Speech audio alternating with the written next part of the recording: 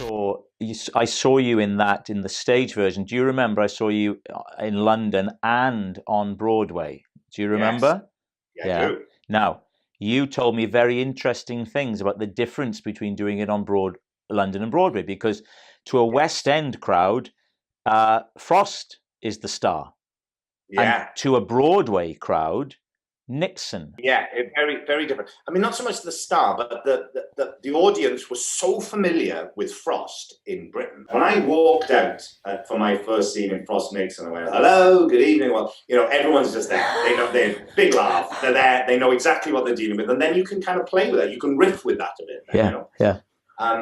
And that's what Peter Morgan is. One of the brilliant things about Peter Morgan's writing is that he chooses these subjects and these characters that we think we know so much about. And then he plays, he riffs on that. He subverts it and surprises and reveals all sorts of things. I mean, that was part of what made the Queen so successful, that Helen as the Queen, Mirren as the Queen.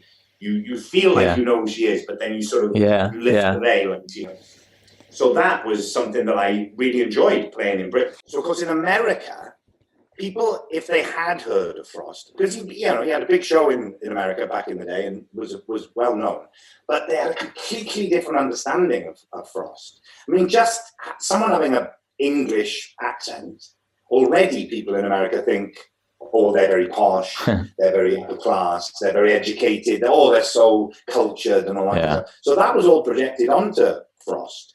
And of course, that's not at all what the context for Frost was in Britain. Frost was very much the outsider for his generation in Britain. He was at Cambridge with people like Dudley Moore. Well, Peter Cook, and we all know, well, certainly people in the business know the famous Peter Cook view of him, that he kind of took what Cook was doing. And that famous quote, do you have any regrets? And Peter Cook said, yes, I once saved David Frost from drowning, which I think was said affectionately, but nonetheless, there was Can you say that affectionately?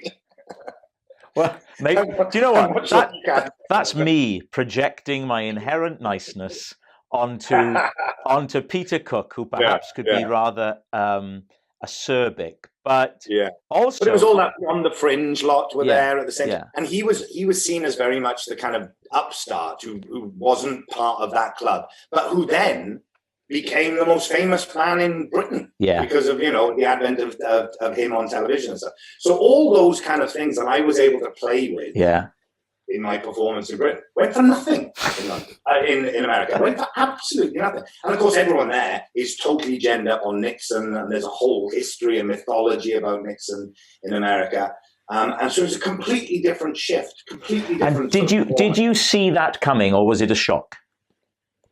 I sort of anticipated it a bit because I knew that, people didn't know Frost as well in America as in Britain. But I think the combination of that and just Broadway, the Broadway theatre scene is very different to the London theatre scene. There's that whole thing about people getting clapped when they walk on stage.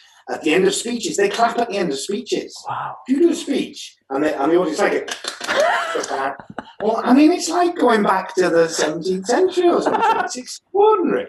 It's absolutely so that is a whole different kind of thing. And Frank Langella, who was playing Nixon, was big Broadway star, absolutely fated on Broadway. And so there was a big shift there that I found quite frustrating in lots of ways. Partly in terms of the storytelling, because I suddenly didn't have the same, I didn't have the same toolkit to be able to use. And also just as an ego thing. It was a very different shift.